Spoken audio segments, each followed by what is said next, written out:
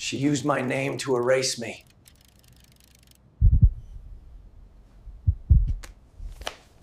Cancel it! Every last dollar! I am done paying to be forgotten!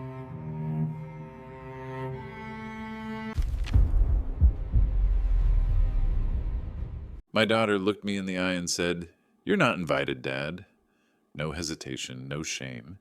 Just a smug little smile as she stood in our kitchen, iced coffee in one hand, phone in the other, sunglasses still perched on her head from a quick target run. She was going to Cabo, and I had just found out I wasn't part of the trip I was paying for. Before we continue, if stories like this shock you, hit subscribe, like the video, and share your thoughts in the comments. My name's Tom McKinley. I'm 52 years old. I live in Toledo, Ohio, a few blocks from the Maumee River. I've worked maintenance at a glass plant for almost 30 years. Raised my daughter Alyssa on my own since her mother passed when she was 11, and I've never missed one of her birthdays. Not once. So yeah, when she asked if we could maybe do a special father-daughter vacation this summer, I was all in. She pitched it like it was her dream gift to me. "You've never been anywhere, Dad? I want to show you the ocean. Let me plan it." Said she'd found a deal. All-inclusive resort. Adults only. Some big villa with a private pool. End of season special was how she phrased it. Needed a quick deposit just to lock it in. I didn't ask too many questions. That was always my problem with her. I didn't ask enough. She smiled like she used to when she was a kid, showing me a straight A report card. Except this time, the numbers were charges. $850 the first week, $200 the second. Then came the vague explanations. "Oh, that's the flight upgrades. I figured first class would be better for your back."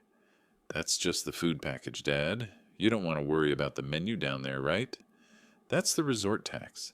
I didn't know they'd charge in pesos, but it'll sort itself out." I should have known when she kept saying you and we like they were interchangeable. But it wasn't until the third week that I noticed a receipt in her purse. It wasn't mine. It had 2 other names listed on the itinerary. Not hers, not mine. Alyssa had booked a luxury group vacation, and I wasn't on the list. The resort name, I looked it up. $480 a night, 5 stars, photos of marble bathtubs, floating breakfasts, and something called a VIP wine spa session. My daughter doesn't drink wine, but her boyfriend does, and so does her best friend Shelby. I didn't confront her that night. I just stared at the bank app, watched the transactions trickle in, spa services, dining upgrades, jet ski rental, and then the big one, 2009-10, final payment, Los Cabos Grand Horizon Resort. My hands started to shake. That's when she breezed in and told me I wasn't coming. No anger, no discussion. "You wouldn't like it, Dad. Honestly, it's more of a young crowd, and I'll be with friends anyway. It'd just be awkward." She said it like she was doing me a favor, like I should be grateful I wasn't included. That night, I sat in my truck in the driveway for over an hour. No music, just silence. The cab smelled faintly of oil and summer dust.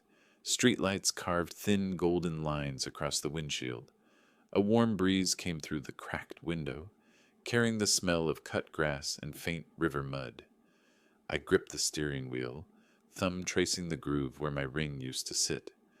My chest felt hollow, the way it had the day her mother's funeral ended and everyone went home but me.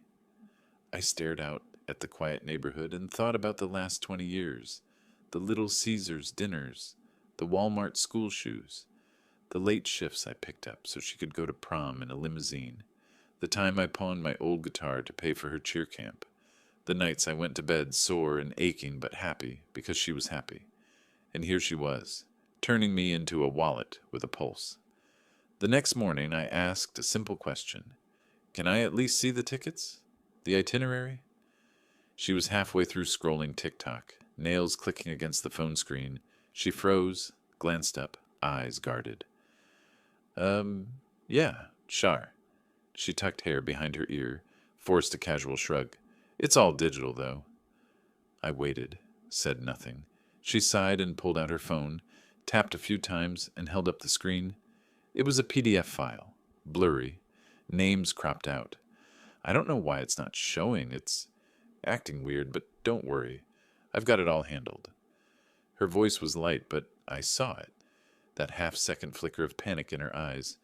She turned away quickly, pretending to be annoyed at the tech glitch. I nodded, walked away, said nothing more. But I wasn't done. Not even close. Later that night, when the house went quiet and only the fridge hummed, I sat down with my old Dell laptop. The glow of the screen painted the kitchen walls blue. I logged into my email, fingers stiff from years of wrench work. Nothing. No receipts, no confirmations, not even a spam folder hit. I checked my bank. Every charge was listed under her name as an authorized user. That's when I remembered something. When she turned 21, I added her as a backup on one of my cards for emergencies. It was supposed to be safety. Flat tires, broken alternators, college textbooks she couldn't afford.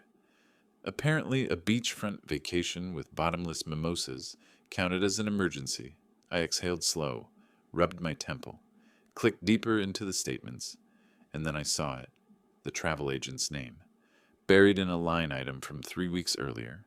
Horizon Tours, LLC, phone auth approved. The words felt like a punch. If she booked this by phone, she might have used my name to authorize the charges, not just as a card holder, as the primary guest, which meant she needed me, at least on paper. My jaw locked. I copied the number, stared at it for a long time. My thumb hovered over the call button. For a second, I almost convinced myself to let it go. Maybe I was overreacting. Maybe she'd surprise me, invite me last minute. Maybe this was just young kid selfishness, not betrayal. But the silence of the house felt heavier than any hope I had left. I dialed. It rang twice before a crisp voice answered. "Thank you for calling Horizon Tours. This is Cheryl speaking. How may I assist you?" I swallowed and forced calm. "Hi, my name's Tom McKinley. I'm calling about a reservation. I think it's under my name. I just need to verify some details." "Certainly, sir. May I have the last 4 digits of the card on file?" I gave them, heart thudding slow and hard. She tapped keys. A faint keyboard clack filled the pause. "One moment, Mr. McKinley." I waited, staring at the dark window. My reflection looked older than I remembered. Tired eyes, salt and pepper beard, a man wondering when his little girl stopped being his little girl. "Yes, Mr. McKinley," she said finally. "I do see your reservation here. June 18th to 25th. 2 guests. Premium villa with poolside upgrade and butler service." A dry taste filled my mouth. 2 guests? "Yes, sir." More clicking. But it was later updated to 4. 1 primary guest, you, and 3 accompanying names. Alyssa McKinley, Shelby Rains, and Marcus Tilley. Marcus, the boyfriend with the too loud laugh. Shelby, the friend who once told me my lawn chairs were cute and retro, in a tone that wasn't kind. My name was on a trip I wasn't welcome on. I felt sick. "Ma'am," I said quietly, almost politely, "I'd like to request full cancellation. I never authorized these companions. I was unaware of this booking. This is fraud under my account." There was a beat of silence, then another. Finally, Cheryl spoke. "Sir, I'll need to place you on a brief hold to confirm policy regarding primary guest cancellations. Is that okay?" "Yeah." My voice cracked, but stayed steady enough. I didn't hang up. The hold music was some soft jazz tune that felt out of place in my kitchen at 11 p.m. I leaned back, stared at the ceiling, and tried to breathe. My palms were damp. My chest burned with something between heartbreak and rage. This was more than a vacation. It was every ignored sacrifice, every time I said yes when I should have said no. It was me teaching her, accidentally, that Dad will always pay, always forgive, always stay quiet. Not this time. I waited for the heat to fade from my face, waited for the next phase of this disaster to unfold. I didn't know it yet, but that call was the first domino, and the rest, The rest was about to come crashing down harder than a hotel reservation at boarding time. The hold music played soft piano jazz. I sat there staring at the glowing screen on my phone, watching the minutes tick by. Each note felt like it was trying too hard to calm me. A cheap hotel lobby tune over a storm.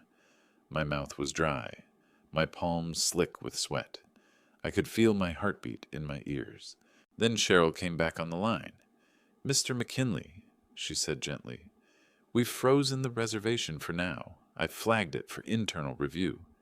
Due to your claims of unauthorized changes, we'll be contacting the primary cardholder bank to initiate a verification process. Until that clears, the trip is effectively on hold." It felt like the first breath I'd taken in hours. I exhaled, slow, measured, quiet, careful not to let relief sound like weakness. "Thank you," I said. My voice came out steady, but my throat burned. "Please email me a copy of the full reservation details." "Of course, sir. You should have it within a couple of minutes." And she did. I watched my inbox refresh until the little red dot appeared. 7 pages. PDF, itinerary, McKinley, Tom. I opened it. It was like watching my own bank account bleed out in black and white. Room, flights, spa credits, excursions. My name stamped across every major charge. The total was a number I didn't want to read twice. Every line item, me, but it was the guest notes that got me. Line 47. Mr. McKinley will not be traveling. Guests will check in without him. The last time I felt that kind of gut punch was when the doctor handed me the envelope with Linda's biopsy results. That same hollow echo inside, that slow collapsing feeling, like air rushing out of a room.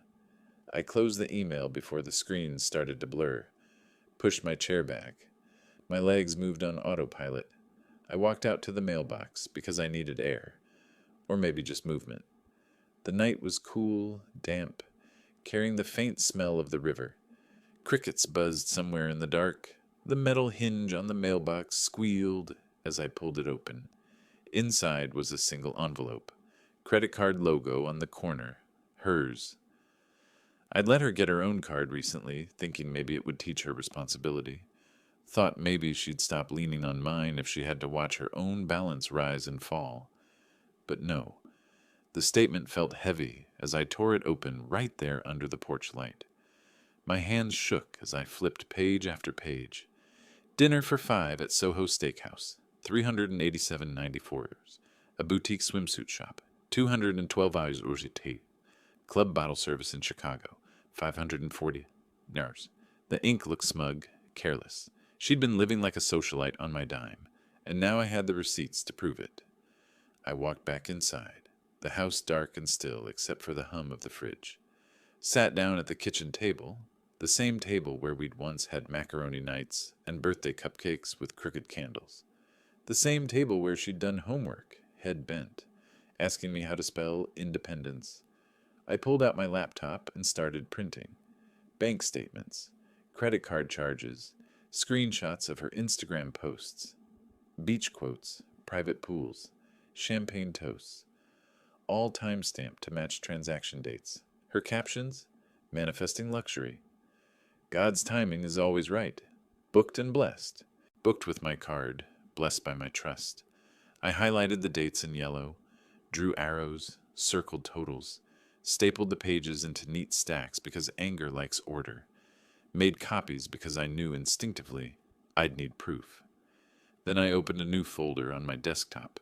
Vacation fraud. Alyssa. The name looked wrong, like something you'd label evidence in a police file.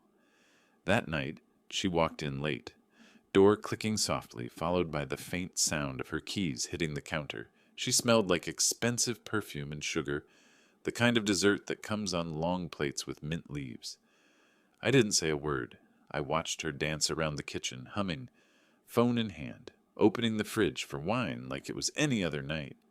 "You okay, Dad?" she asked, smiling when she noticed me. Her smile was easy, practiced.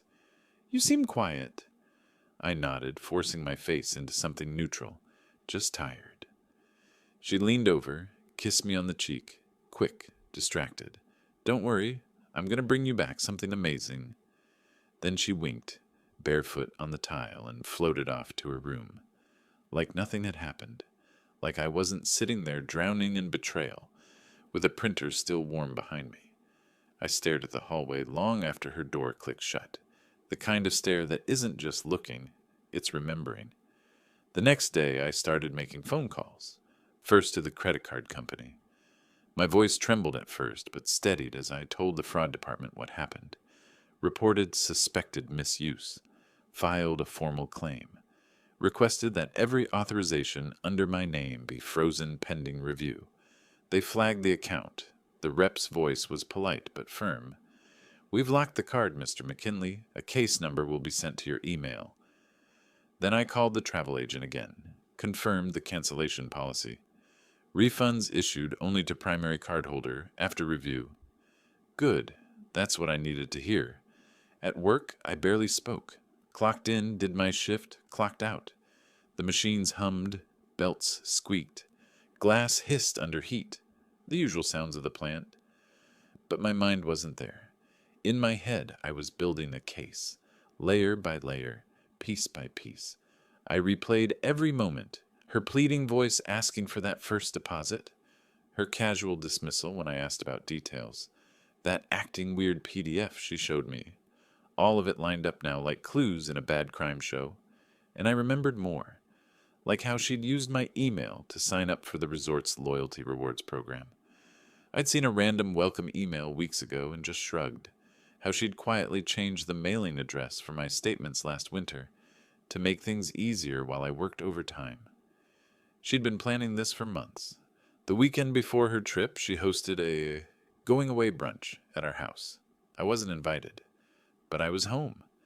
I sat upstairs in my room while the walls carried laughter up.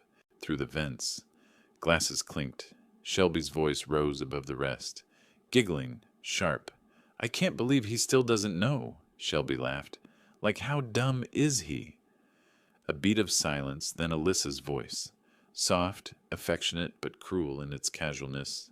He's sweet, just old, out of touch. He wouldn't enjoy Cabo anyway. They all laughed. Something inside me cracked. So quietly no one downstairs would have heard. Later that night, when the house was empty and quiet again, I came down to clean the wreckage. Half-eaten quiche, lipstick-stained glasses, confetti napkins. On the counter, I found a folded napkin with a handwritten itinerary. Flight 602, Monday, 7:40 a.m. I stared at it for a long time before pulling out my phone and taking a photo. Then I picked up the phone, not to call Alyssa, to call my cousin Frankie. Frankie works IT for a law firm in Cleveland. He's the guy you call when you want to check things quietly. The guy who knows how to search public records, pull digital paper trails, make things appear when someone tries to hide them. He owed me a favor. Years ago, I'd lent him my truck for 6 weeks, while his was in the shop. He'd sworn then, "Anytime you need me, Tommy." He picked up on the first ring. "Hey, Tommy, what's going on?" His voice was warm, but sharpened when he heard the weight in mine. I told him everything. The trip, the charges, the brunch I wasn't invited to. He didn't laugh, didn't scold, didn't call me a fool. He just said, "Text me every screenshot, every file.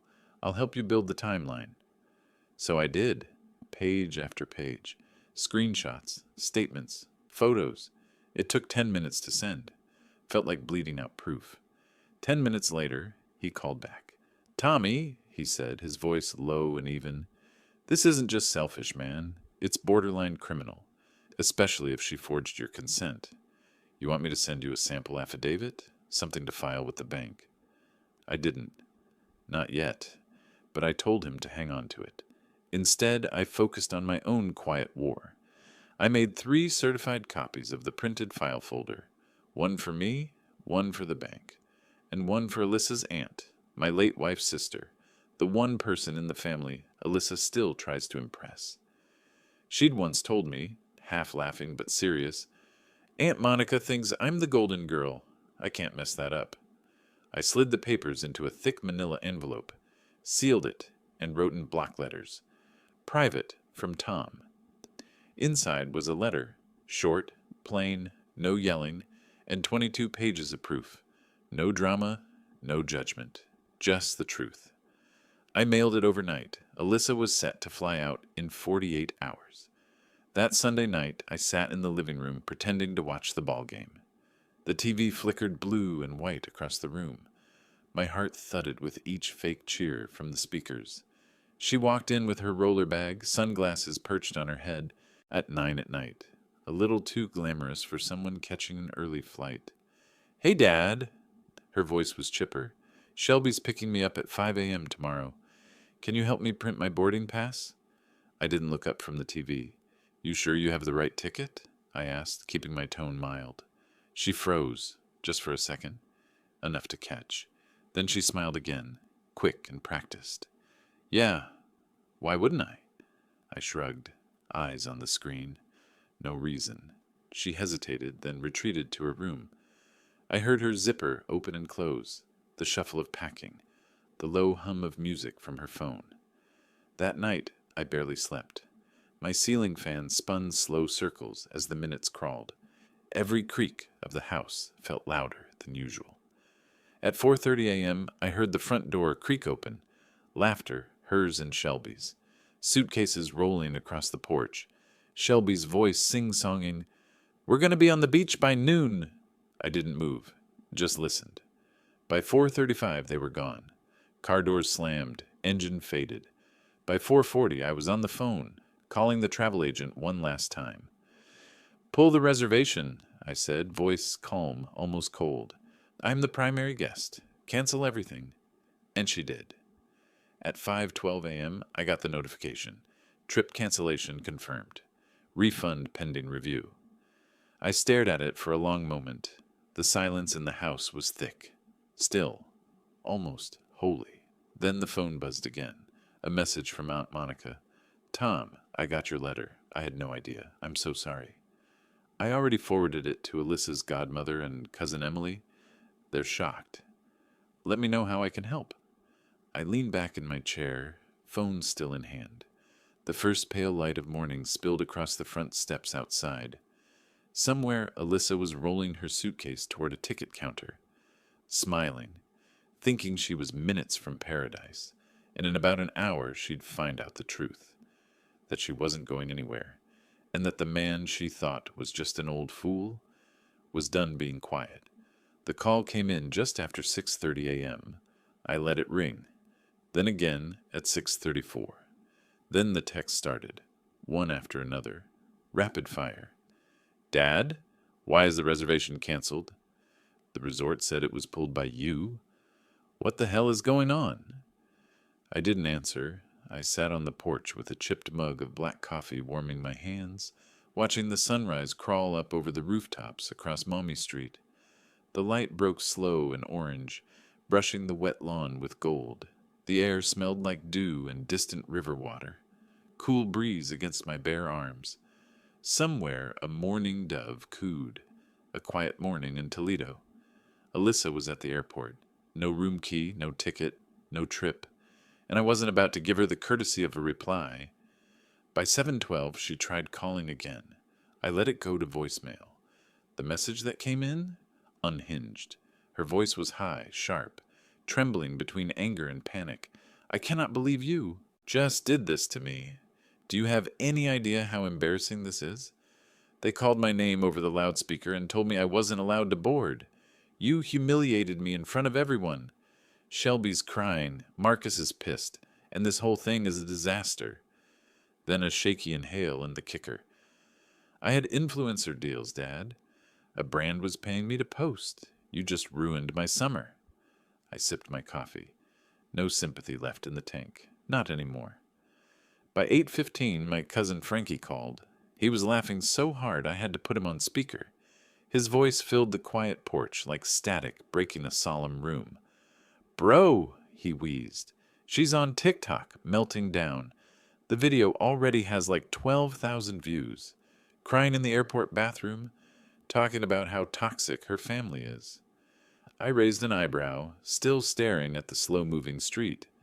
Frankie kept going between snorts. The comment section is ripping her apart.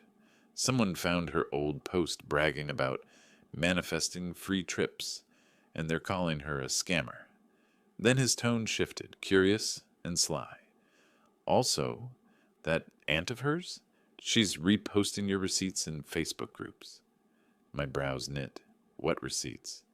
The ones you mailed her, screenshots, the itinerary, the charges. She's mad, man.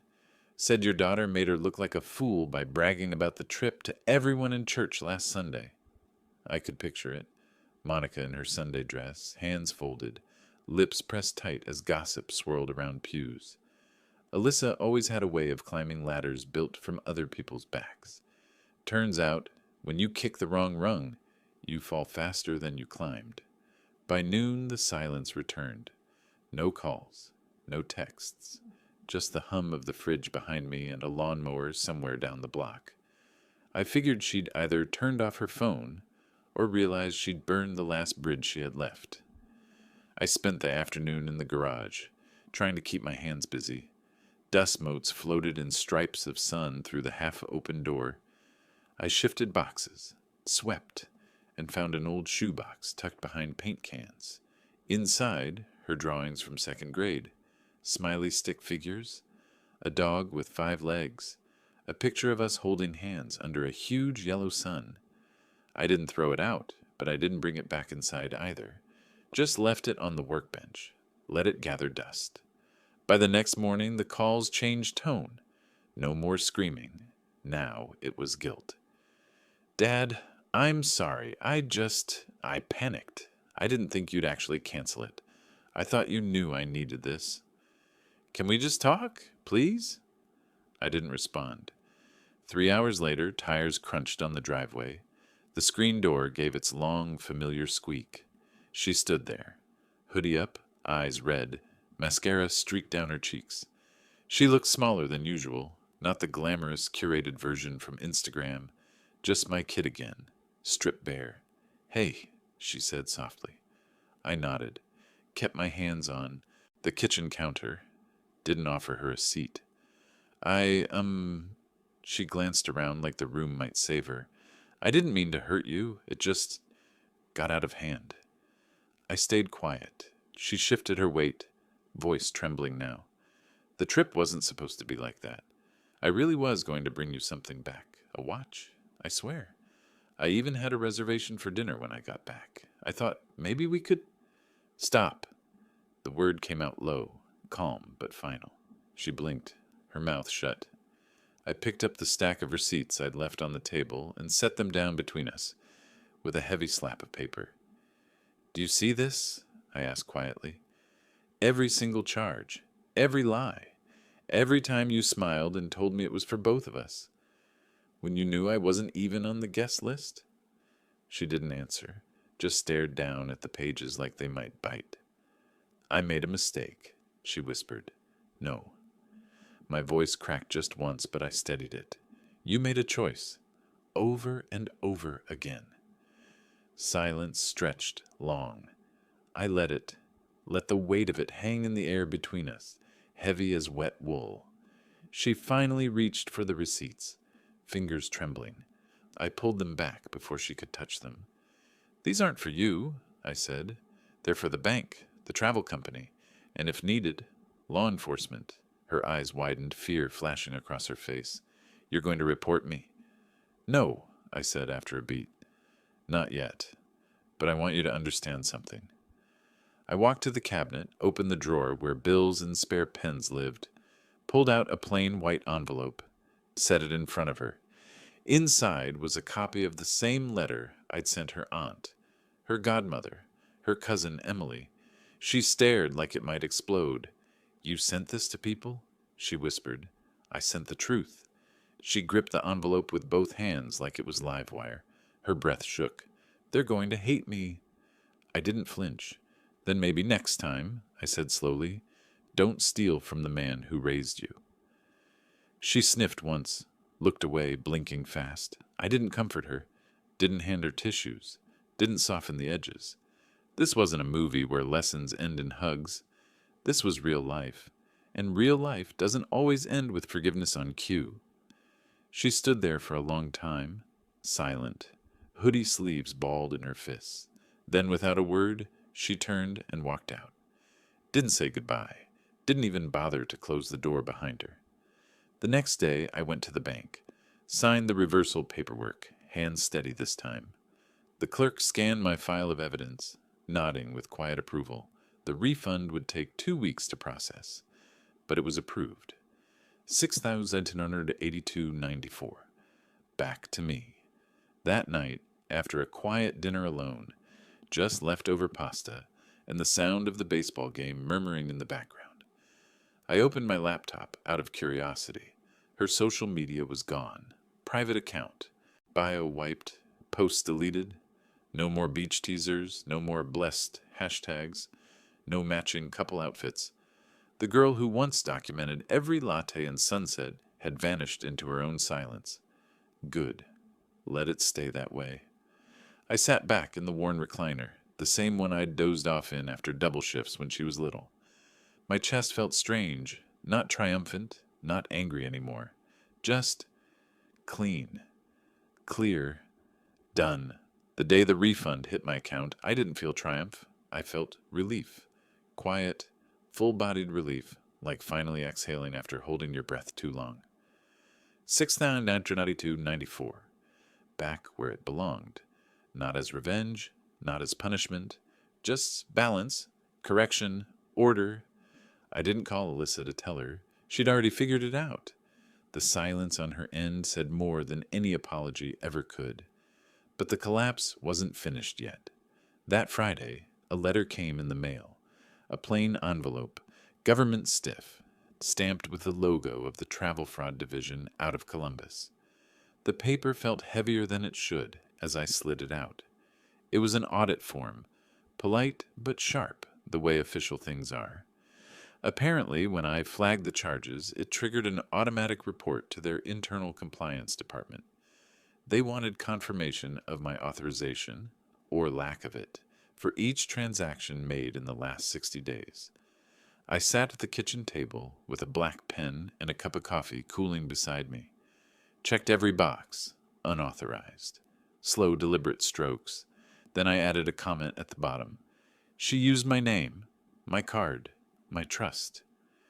I stared at the words for a moment. My own handwriting looked unfamiliar. Steadier than I felt. Then I signed. Dated. Sealed the envelope and dropped it in the outgoing mail that afternoon. That night, I drove. Past the edge of town. Past the abandoned steel mill where my dad once worked.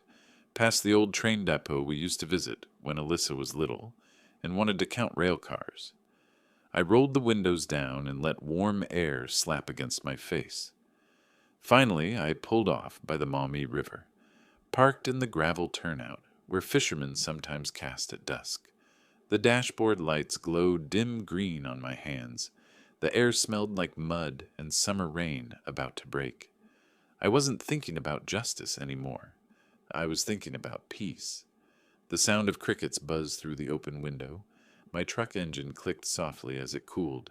For the first time in weeks, I just sat there without rage chewing the inside of my chest. But the universe wasn't done yet. The next morning, a buzz woke me before the alarm. A text from Monica, Alyssa's aunt. You need to see this. Attached was a screenshot from Facebook. Alyssa's post, a long one. She'd tried to spin it. Of course she did. Talked about family misunderstandings, miscommunication, overreactions. Phrases crafted to save face. The kind of vague apology, not apology people post when they're desperate to look. Blameless. But the comments didn't let her off the hook. Her cousin Emily replied, blunt and fast. Misunderstanding? You lied to everyone. You used your dad like an ATM. He was supposed to be on that trip, and you erased him. Someone else chimed in. If this is how you treat the man who raised you alone, I can't imagine how you treat people you don't care about. And then came the nail in the coffin. Monica herself posted a photo.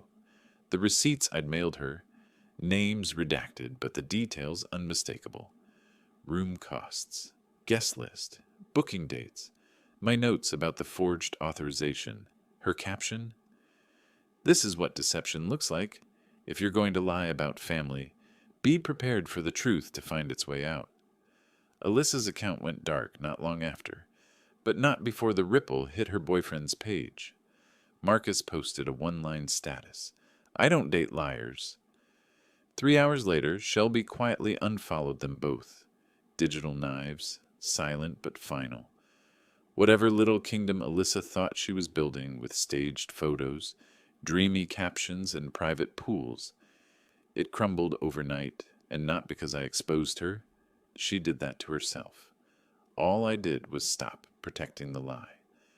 A week later, I drove to the county clerk's office, not for revenge, just for boundaries. The lobby smelled of paper and coffee. Fluorescent lights hummed above long beige counters. I took a number, waited my turn, and when the clerk finally waved me forward, I slid a stack of forms across the counter. I had my financial accounts scrubbed, removed Alyssa as an authorized user, froze the credit monitoring she'd quietly used to open cards in my name, set up PIN codes for every major transaction, every loan, every credit request. When the clerk, a woman about my age with kind eyes, asked why, I just said, family fallout, long time coming. She nodded once, eyes soft but knowing, didn't ask for more. People understand, more than we think. On the way home, I swung by the post office. The smell of cardboard and ink hit me as I stepped inside. Picked up a certified envelope I'd mailed to myself a month earlier, unopened until now. Inside were copies of everything, dated, signed, proof of what happened in case the story ever got flipped on me. I tucked it into a fireproof safe under my bed, shut the lock with a quiet click, just in case. That night, I made dinner. Steak, baked potato. A side of corn I'd shucked that morning. Opened a cold beer and let the bottle sweat on the table, while the radio played some old country tune I didn't bother to turn off. It tasted better than any restaurant meal I could have had in Cabo. Better because it was mine. The following Monday, my phone buzzed one last time. A text from Alyssa. I'm moving out, staying with a friend for a while. I stared at it for a long beat, then typed one word. Okay. That was it. No argument, no plea, no breakdown. I let her go. I hadn't. Just canceled her trip. I'd canceled my role in her games. 3 days later, the house settled into a new kind of quiet. No slammed doors. No perfume cloud drifting down the hall at midnight. No echo of, just a little help, Dad, just this once. The quiet was strange, but not unwelcome. I sat in the garage that evening, sorting through old boxes while the smell of motor oil and summer dust hung in the air. A single bulb swung slightly overhead, creaking in the breeze from the half-open door. In one box, I found my father's old pocket knife, the one he'd carried to work at the mill. The handle was smooth from decades of calloused hands. In another, a faded photo of Alyssa on her first day of high school. Braces, chipped nail polish, backpack too big for her narrow shoulders. Her smile was wide, full of hope and trust. I stared at it a long time. Then I slid it back into the box. Not out of hate, but out of acceptance. Some memories are just that. Memories. They don't belong in the present anymore. Not when they're used as weapons. The next morning, I filled the tank. Got on I-75 south with no real plan. The sky was pale and open. My old truck rumbled steady under me. I let the road pull me forward. Let the wind whip through the cracked window. Let the miles untangle something tight inside my chest. No music. Just the low hum of tires on asphalt and the steady rhythm of freedom. By the time I hit the state line, the sun was rising behind me in the rearview mirror, painting the horizon with pink and gold. And for the first time in a long time, I didn't feel like I was leaving anything behind. I felt like I was finally heading somewhere I'd forgotten I deserved. I didn't hear from Alyssa for almost 2 months after the certified folder landed in her lap. Not a word, not a text, not a call, nothing on social media, Nothing through her aunt, her cousins, or any of the mutual friends who used to ask about her whenever I stopped by the Krauger or the Shell station off Alexis Road. It was like she'd gone invisible, and for a while I thought maybe that was it. Maybe the story was over, but it wasn't. Because some stories don't end with an explosion. They end with a knock on the door. It was early September. The heat had finally broken. Cool air in the mornings, dew on the grass. I was out back trimming the hedge, clippers biting softly through dry summer growth, when I heard the front gate squeak open. I paused, wiped sweat from my forehead with the back of my arm. The air was damp and smelled of wet leaves and distant river water.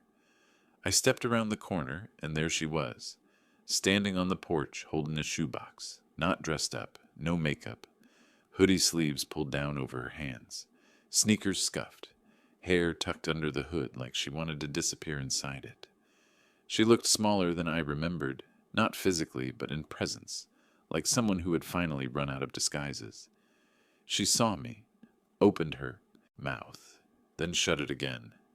For a second we just stood there, the quiet stretching long between us. Only the buzz of a late summer cicada filled the air. Then I spoke first. "You need something?" Her eyes dropped to the box. "I came to return these." She stepped forward slowly, placed it on the porch rail with a soft scrape. I glanced down. It was the same shoebox I'd left in the garage, the one with her childhood drawings. Crayon stick figures, birthday cards. One of them said Adra's one dad, in giant block letters, the A backwards, the kind of detail that once made me laugh when she was little. I looked back at her. She shifted on her feet. "I saw you'd left it out," she said. Her voice was small, like she was trying not to wake someone. I figured maybe it didn't matter anymore. I didn't respond, didn't have to. She stood there for a moment longer, then sank down on the porch step, like she used to when she was 10, waiting for the ice cream truck. Knees pulled close, elbows resting on them, eyes fixed on nothing. "I messed up," she said quietly. Wind moved through the trees above us. Leaves whispered and crackled. Somewhere, a neighbor's dog barked once and went silent again. She stared straight ahead, voice trembling but steady enough to finish. I thought I was building something, a life, an image, and I thought if I just kept pushing forward, the truth wouldn't catch me. I said nothing. She went on. "I didn't realize how much of it was built on your back, your time, your name, your savings. And when you stopped carrying it," she swallowed hard, "everything collapsed." Still, I waited. She turned to look at me, eyes red and tired. "I lost everything," she said. "The job offers.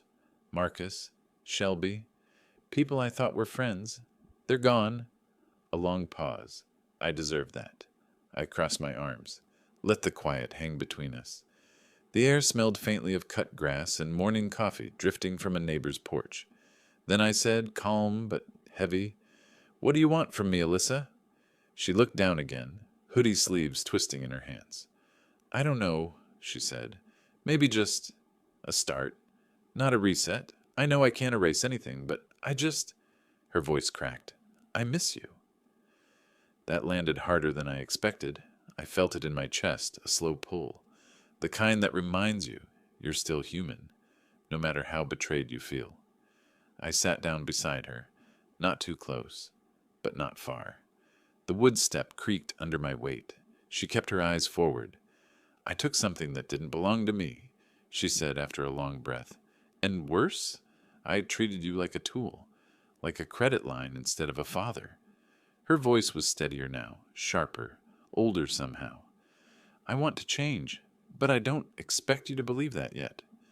I looked out toward the sidewalk. A neighbor jogged past, earbuds in, oblivious to the small storm playing out on my porch.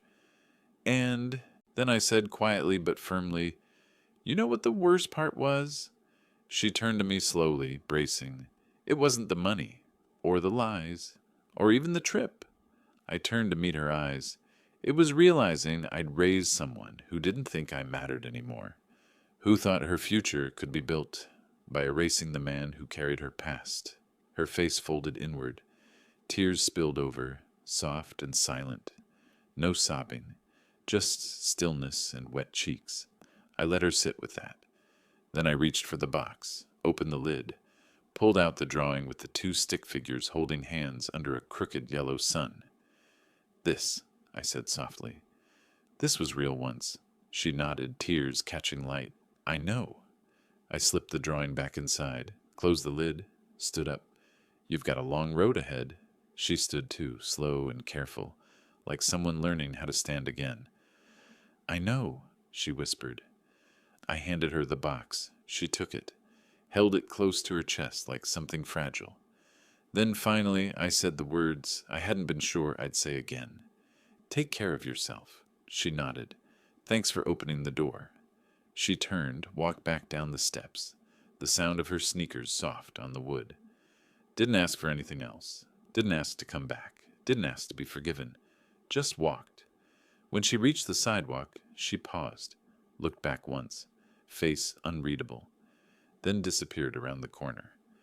That night, I packed a small duffel bag, threw in a few shirts, a toothbrush, a paperback I hadn't finished, slipped my wallet into the side pocket, and I hit the road. No destination, no time limit. Just the open stretch of I-75 South, the white lines flashing beneath my headlights like a heartbeat. I didn't think about Cabo, or receipts, or phone calls. I thought about silence, about motion, about how sometimes the best revenge isn't rage or ruin. Sometimes it's just rebuilding what they tried to take from you, your peace, your power, your damn name. So I kept driving, and somewhere between Cincinnati and Lexington, I rolled down the window, let the wind hit my face, and whispered to the night, let her earn it this time. If this story struck a chord, hit like, subscribe, and tell me what you think in the comments.